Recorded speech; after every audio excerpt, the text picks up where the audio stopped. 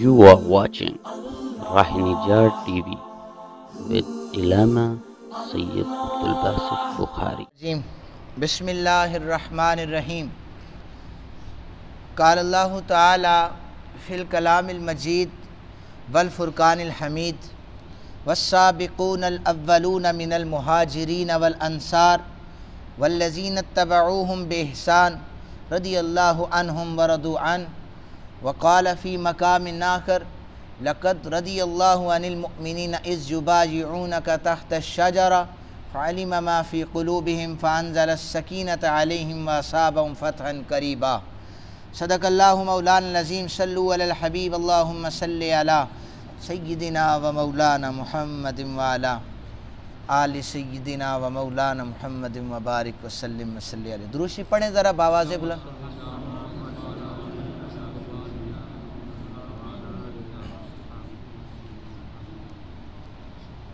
دو آیات آپ حضرات کے سامنے پڑھی ہیں. ان کا سادہ سا ترجمہ یہ ہے: مہاجرین اور ان کے مددگار میں سے سبقت لے جانے والے، سب سے پہلے ایمان لانے والے اور درجہ احسان کے ساتھ ان کی پیروی کرنے والے، اللہ تعالیٰ ان سب سے راضی ہو گیا اور وہ اللہ سے راضی ہو گئے.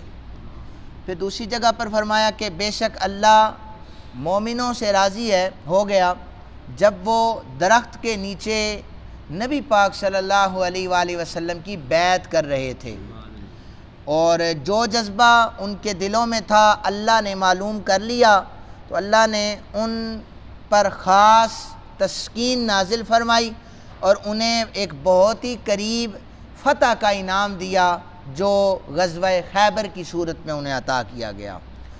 آج کی گفتگو کا عنوان نبی پاک صلی اللہ علیہ وآلہ وسلم کے صحابہ کرام کی کچھ کیفیات جو آقا کریم صلی اللہ علیہ وسلم سے ان کی محبتیں تھیں، اس حوالے سے بیان کی جا رہی ہیں. ایک چیز آج اپنے ذہنوں سے نکال کے گھر جائیے گا. ہمارا ایک وہم ہے، ہم صرف دو کتابوں کے گرد گھومتے ہیں قرآن حکیم کے بعد کہ اگر بخاری میں مسئلہ ہے تو ماننا ہے یا مسلم میں ہے تو ماننا ہے. دیکھیں، امام بخاری علیہ الرحمہ آپ کو 1,00,000 سے زیادہ احادیث یاد تھی. آپ 1,00,000 سے زیادہ احادیث کے حافظ تھے. بخاری شریف میں 6,500 یا 7,000 کے قریب تواتر کے ساتھ جو روایات موجود ہیں. تو امام بخاری کی باقی روایات کہاں گئی؟ اسی طرح امام مسلم. تو اب یہ پوچھا جائے، یہ کہا جائے کہ کیا امام بخاری کو جو روایات یاد تھی ہم نے وہی ماننی ہے، یا نبی پاک صلی اللہ علیہ وسلم کے 1,24,000 صحابہ کرام نے مختلف مقامات پر احادیث کو روایت کیا ہے، تو آخر ان کی بھی تو کسی کتاب میں جگہ ہے. یعنی اگر صرف بخاری شریف کو لیا جائے تو اس میں کثیر تعداد میں راوی موجود ہیں، لیکن صرف حضرت ابو ہریرہ کی روایات کو سائڈ پہ کیا جائے وہ 6,000 سے زیادہ بنتی ہیں. تو حضرت ابو ہریرہ کی تو 6,000 سے بہت کم روایات بخاری شریف میں، باقی بھی کہیں پہ ہیں. حضرت مولا کائنات کرم اللہ وجہ الکریم کی روایات کا جائزہ لیا جائے تو 12,000 سے زیادہ روایت حضرت علی پاک نے روایت کی ہیں. شب و روز حضرت ابو بکر پاک سے آقا کریم صلی اللہ علیہ وسلم کے ساتھ تھے، حضرت عمر پاک تھے، حضرت عثمان پاک تھے. تو یہ چیز ہمارے ذہنوں میں ہے کہ بس جو بخاری میں ہوگی اسی کو ماننا ہے. یاد رکھیں، جید کتب موجود ہیں جن کے اندر صحیح احادیث سند کے ساتھ موجود ہیں. اب وہ ہمارا کام ہے کہ احادیث کی کانٹ چھانٹ، ان کی تحقیق کیسے کرنی ہے. بڑی کتابیں حاکم المستدرک کی جس میں صحیح الاسناد احادیث موجود ہیں. بہرحال یہ چیز میں نے اس لیے بیان کی ہے کہ ہم اکثر کوئی ایسی حدیث پاک جب علماء کسی کتاب سے کھنگال کر آپ لوگوں کے سامنے بیان کرتے ہیں، ہماری جو نجی محفل میں تبصرہ ہوتا ہے وہ یہ ہوتا ہے کہ اے حدیث تاساں پہلی بار سنتی ہے، 70 سال ساڑھی عمر ہو گئی ہے، اے پہلی باروں سنتی ہے. اس کا ہرگز یہ مطلب نہیں ہوتا کہ وہ حدیث موجود نہیں ہے. میں نے آپ نے پہلی دفعہ سنی ہوگی لیکن وہ موجود ہے. ہم تحقیق کر کے اس کو بیان کریں. چونکہ ایسی احادیث ہیں ذہن پریشان ہو جاتا ہے، لیکن امت کی اصلاح کے لیے، امت کو ایک رستہ دکھانے کے لیے وہ موجود ہیں، اور اس کو جید صحابہ کرام نے احادیث میں لکھا ہے. اب حدیث پاک سنیے. کیفیت: نبی پاک صلی اللہ علیہ وآلہ وسلم عمر بن عوف کے ہاں تشریف لے گئے کسی تنازع میں صلح کروانے کے لیے۔ اتنے میں نماز کا وقت ہو گیا۔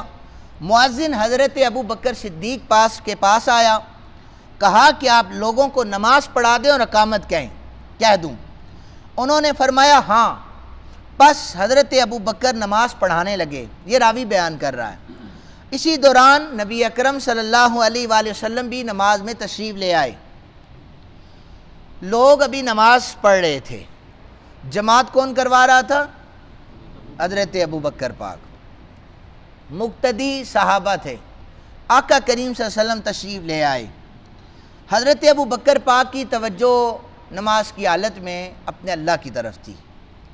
لوگوں نے تالی بجا کر حضرت ابو بکر کو مخاطب کیا، ایسے نہیں، اس طرح تالی بجا کر حضرت ابو بکر صدیق کو مخاطب کیا، تالی بجا کر۔ حضرت ابو بکر کی توجہ پھر بھی نہ گئی۔ اچھا، تالیاں زور زور سے صحابہ بجانے لگ گئے، اس کو آواز کو بلند کیا۔ حضرت ابو بکر صدیق مصلی پہ تھے، سمجھ گئے، میں نے پہلے بھی عرض کیا یہ مزاج شناس رسول تھے، سمجھ گئے کہ کوئی معاملہ زیادہ سنگین ہے۔ پیچھے مڑ کے دیکھا تو صفوں میں میرے اور آپ کے آقا موجود تھے۔ آقا کریم صلی اللہ علیہ وآلہ وسلم نے اشارہ فرمایا، اپنی جگہ کھڑے رہو۔ حضرت ابو بکر صدیق نے دونوں ہاتھوں کو بلند کر دیا، ایسے دونوں ہاتھوں کو بلند کیا۔ اللہ تعالیٰ کی حمد و ثنا بیان کی، حضور نے مجھے اس قابل سمجھا ہے کہ اپنے مصلی پہ کھڑا کیا ہے، شکر ادا کیا، لیکن پھر پیچھے ہٹ کے صف میں آئے تو نبی پاک صلی اللہ علیہ وسلم آگے تشریف لے آئے، نماز پڑھائی۔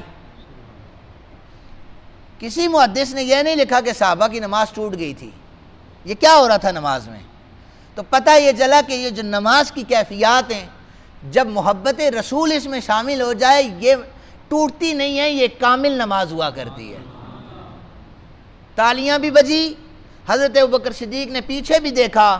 میرے اور آپ کے لیے مسئلہ یہ ہے کہ اپنی سینے کو کعبۃ اللہ قبلے سے پھیریں گے نماز فاسد ہو جائے گی، اور حضرت ابوبکر صدیق پیچھے مڑ کے دیکھ رہے ہیں، حضور آپ آگے آ جائیں، حضور فرماتے ہیں پڑھاؤ نماز، وہ پھر دعا کرتے ہیں، پھر پیچھے آ جاتے ہیں، پھر حضور آگے چلے جاتے ہیں، سب کی نماز کامل ہو گئی ہے، کسی کی نماز نہیں ٹوٹی۔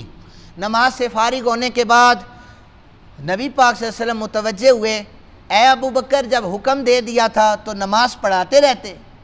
حضرت صدیق اکبر کا جواب تاریخی تھا، محبت والا تھا۔ وہ جواب یہ تھا کہ آقا ابو قحافہ کے بیٹے کی کیا مجال ہے کہ وہ رسول اللہ صلی اللہ علیہ وسلم کے آگے کھڑا ہو کر نماز پڑھائے۔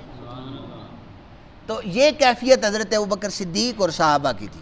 دوسری حدیث پاک، اور یہ حدیث جو میں نے ابھی آپ کے سامنے پڑھی ہے یہ متفقن علیہ ہے، اور یہ مسلم شریف میں صحیح سند کے ساتھ کتاب الصلاۃ میں موجود ہے۔ سیاستہ کی پھر ایک اور کتاب سنن نبی داؤد میں کتاب الصلاۃ میں یہ موجود ہے۔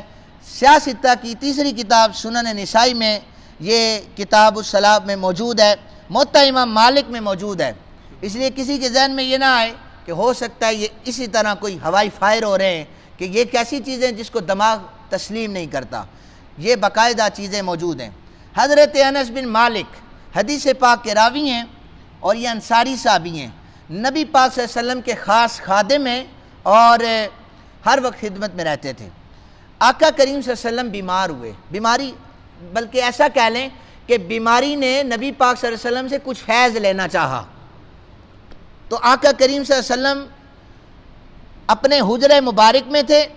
جیسے اگر امام اس وقت کھڑا ہے مصلی پر، جو لوگ گئے مسجد نبوی شریف میں، جو نہیں گئے اللہ تعالیٰ انہیں جانا نصیب کرے، ان کے بائیں سائڈ پر حجرہ مبارک ہے، حجرہ مبارک بائیں سائڈ پہ ہے، اور جہاں پر حضرت ابوبکر صدیق کھڑے ہیں اور بائیں جانب یہی بنتی ہے۔ اس جانب سید آقا کریم صلی اللہ علیہ وسلم کا حجرہ مبارک ہے۔ حجرے سے نماز شروع ہو چکی ہے، حضرت ابوبکر صدیق نماز پڑھا رہے ہیں۔ حجرے سے آقا کریم صلی اللہ علیہ وسلم نے اپنے صحابہ کو دیکھنے کے لیے پردہ ہٹایا، صرف پردہ ہٹا تھا۔ دیکھیں نا، یہ راوی نماز پڑھ رہے تھے، حضرت انس بن مالک بھی نماز پڑھے، کہتے ہیں کہ جیسے قرآن کے اوراق سامنے ہوتے ہیں اس سے بھی زیادہ نبی پاک صلی اللہ علیہ وسلم کے چہرے کو چمکتا ہوا ہم دیکھ رہے تھے۔ چہرہ قبلہ رخ ہونا چاہیے۔ صحابہ کس جانب دیکھ رہے ہیں؟ بائیں جانب، حجرے کی طرف، چونکہ وہاں سے پردہ ہٹ چکا تھا۔ آقا کریم صلی اللہ علیہ وسلم جماعت کو دیکھ کر مسکرائے۔ آپ کے دیدار پر انوار اور اس خوشی اور مسرت کو دیکھ کر صحابہ کہتے ہیں ہمیں یہ محسوس ہوا اتنے حضور خوش ہے کہ ہم نماز توڑ کر حضور کے قدموں میں چلے جائیں۔ نماز تو نہیں توڑی لیکن توجہات ادھر ہیں۔ جن کے دلوں میں عشق نہیں ہوتا نا، انہوں نے کلموں سے لکھا ہے کہ نماز میں نبی کا خیال آ جائے تو نماز ٹوٹ جاتی ہے۔ اللہ انہیں نصیب کرے ایسا عقیدہ، لیکن صحابہ کا عقیدہ یہ ہے کہ جب تک حضور کا خیال نہیں ہوگا نماز مکمل ہی نہیں ہو سکتی۔ ایھا النبی، اتحیات میں آپ پڑھیں گے تو خیال جائے گا نا حضور کی طرف، ایسا ہی ہے جی؟ نہیں جاتا کہ جائے گا تو خیال حضور کی طرف جائے گا تو نماز کامل ہو جائے گی۔ حضرت ابوبکر صدیق کو خیال ہوا کہ شاید آپ نماز میں تشریف لا رہے ہیں نبی پاک صلی اللہ علیہ وسلم، اس لیے انہوں نے اپنی ایڑیوں کو پیچھے کرنا شروع کر دیا۔ حضرت ابوبکر صدیق مصلی سے پیچھے ہٹ کر صف میں شامل ہونے لگے۔ نبی پاک صلی اللہ علیہ وسلم نے پھر اشارہ کیا ابوبکر آگے ہو جاؤ۔ حضور نے پردہ گرایا، پتہ یہ چلا کہ بائیں جانب حضرت ابوبکر صدیق کا چہرہ تھا۔ اپنی ایڑیوں کو رگڑ کے پیچھے گئے، پچھلی صف میں گئے۔ حضور نے فرمایا آگے چلے جاؤ۔ حضرت ابوبکر صدیق پھر آگے آ گئے۔ کسی محدث نے یہ نہیں لکھا کہ نماز ٹوٹ گئی، بلکہ یہی لکھا کہ انہی کی نماز کامل ہے، اس لیے کہ رضی اللہ عنہم ورضوا عنہ، یہ اللہ سے راضی ہیں، اللہ ان سے راضی ہو گیا ہے۔ تیسری حدیث پاک، عروہ بن مسعود، یہ دیکھیں کیفیات کا انداز۔ عروہ بن مسعود بعد میں مسلمان ہو گئے تھے، اور یہ روایت بخاری شریف میں موجود ہے۔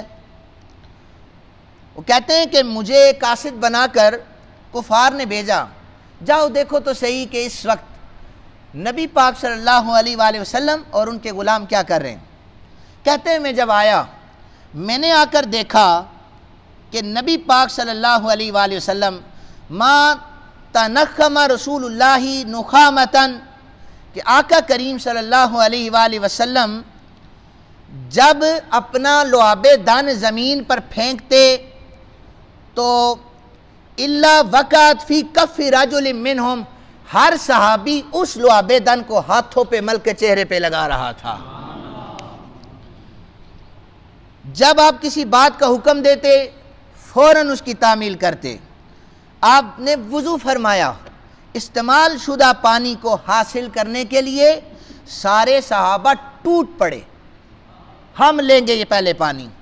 نبی پاک صلی اللہ علیہ وسلم جب گفتگو فرمانے لگے، صحابہ نے آوازوں کو پست کر دیا، انتہائی تعظیم کے ساتھ آقا کریم صلی اللہ علیہ وآلہ وسلم کی گفتگو سنتے۔ عروہ اپنے ساتھیوں کی طرف واپس چلے گئے، ان سے جا کر کہنے لگے اے میری قوم، اللہ رب ذوالجلال کی قسم ہے، میں وہ عظیم بادشاہوں کے درباروں میں اپنے وفود لے کر گیا ہوں، میں کیسر و کسریٰ اور نجاشی جیسے بادشاہوں کے درباروں میں بھی گیا ہوں، رب کعبہ کی قسم ہے میں نے کوئی ایسا بادشاہ نہیں دیکھا کہ اس کی ایسی تعظیم ہو رہی ہو جو محمد عربی صلی اللہ علیہ وآلہ وسلم کے صحابہ کر رہے تھے۔ تو یہ تعظیم صحابہ کرام رضوان اللہ تعالیٰ عنہم مجمعین کرتے تھے۔ انشاءاللہ کل بھی ہم اسی عنوان کو جاری رکھیں گے۔ اللہ تعالیٰ سے دعا ہے اللہ تعالیٰ ہمیں محبت رسول مزید صحیح طریقے سے اخلاص کے ساتھ کرنے کی توفیق عطا فرمائے۔